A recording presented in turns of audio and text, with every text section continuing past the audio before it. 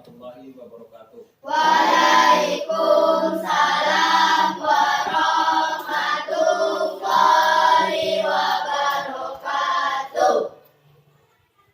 Bacaan dimulai. Bismillahirrahmanirrahim. Alhamdulillahirabbil alamin. Arrahmanirrahim. Maliki yaumiddin. Iyyaka na'budu wa iyyaka nasta'in. Ihdinas siratal mustaqim.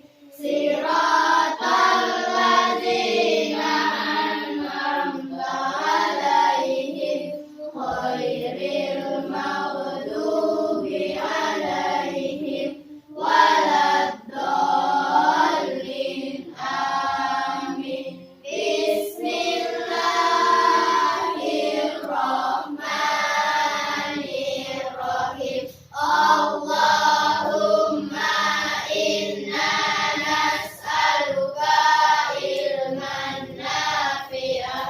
Amin. Baiklah anak-anakku, sebelum kita memulai pelajaran, saya cek dulu kehadirannya. Ada yang tidak hadir atau tidak? Saya absen dulu. Al-Mahdari, Hadir.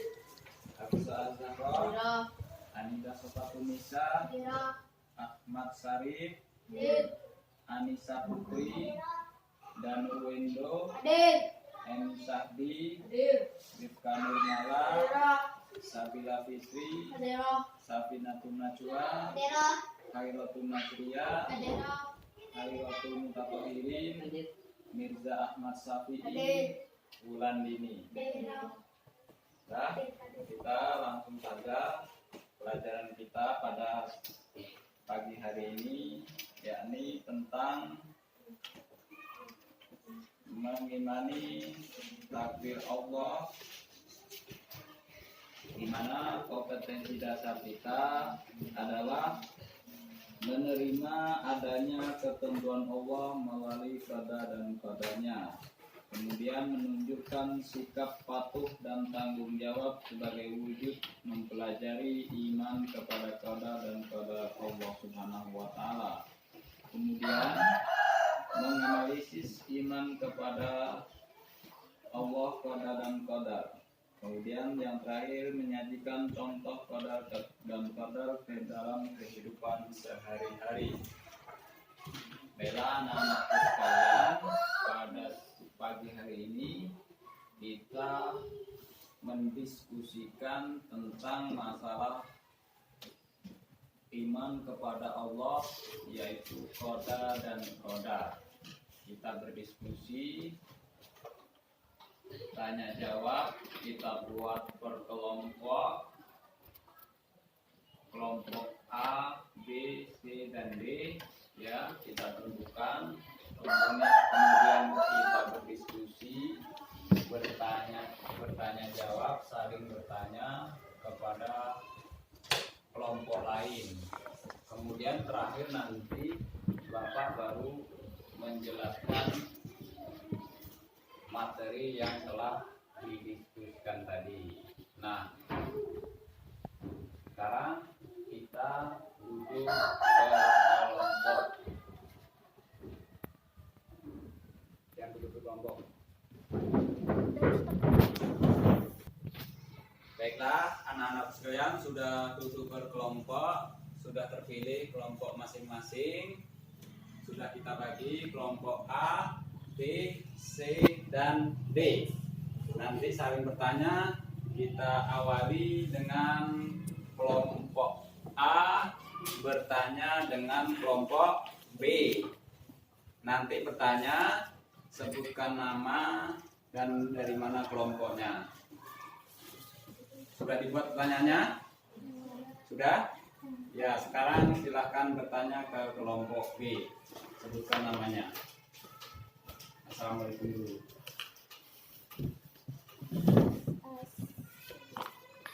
Assalamualaikum warahmatullahi wabarakatuh. Waalaikumsalam warahmatullahi wabarakatuh. Baiklah, di sini saya dari kelompok A yang bernama Nisa Putri ingin bertanya kepada kelompok B. Ya, silakan pertanyaannya apa? Apa perbedaan antara kodok dan kodar?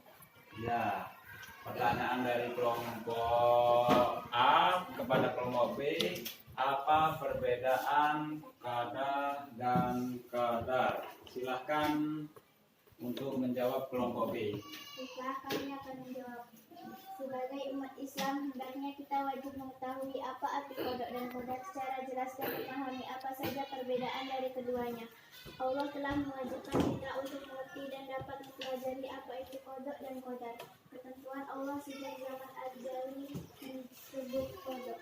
Adapun ketentuan Allah yang ditetapkannya atas manusia telah berusaha dan berdoa disebut kodar. Nah, itu jawaban dari kelompok B. Sekarang bagaimana kelompok A? Apakah sudah jelas? Ya, sudah jelas. Apakah ada kelompok lain yang ingin menjawab? Tidak. Tidak ada. Tidak. Nah, sekarang kita lanjut kelompok. Kamu kok di stop? Iyalah. Hah? Kan itu stop. Kan kayak zurnut. Ya bagus sudah stop. Baiklah, selanjutnya kelompok B bertanya kepada kelompok C. Silakan. Assalamualaikum warahmatullahi wabarakatuh.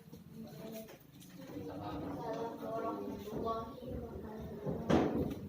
Saya yang bernama Anida Supratunisa akan bertanya kepada kelompok E.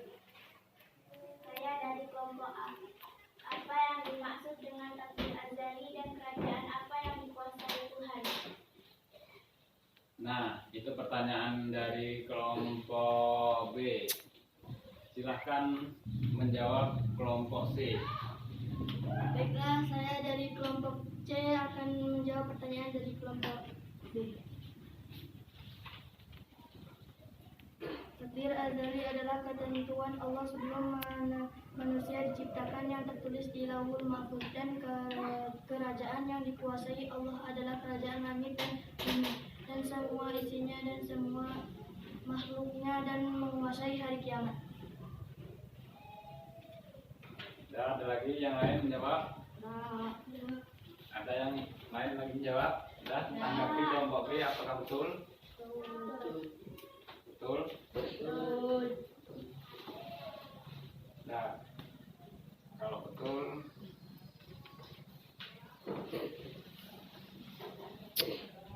silahkan kelompok C bertanya kepada kelompok B. Assalamualaikum warahmatullahi wabarakatuh. Saya yang bernama Rifka Dembala akan bertanya kepada kelompok D.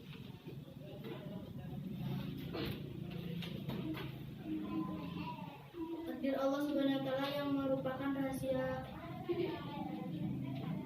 Mengapa qadar dan qadar disebut dengan lazim takdir? Baiklah, saya dari kelompok D akan menjawab pertanyaan kelompok C. Karena takdir adalah rahasia Allah, kita pun tidak mengetahuinya walaupun sudah ditentukan Allah. Bagaimana kelompok C? Apakah sudah sesuai jawabannya? Sesuai. Sudah, sekarang kelompok C bertanya dengan kelompok D. Baiklah, saya dari kelompok D ingin bertanya dengan kelompok A. Mengapa umat Islam harus yakin kepada kodok dan kodar? Karena orang-orang yang mengimani kodok dan kodar Allah tidak akan putus asa ketika tertimpa suatu bencana. Ia juga tidak sombong ketika sukses. Manusia juga tidak boleh menyerah pada takdir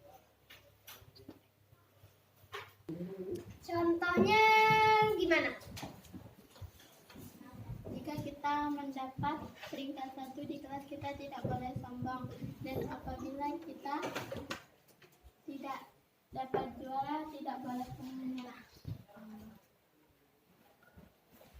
Kalau kita menyerah bagaimana?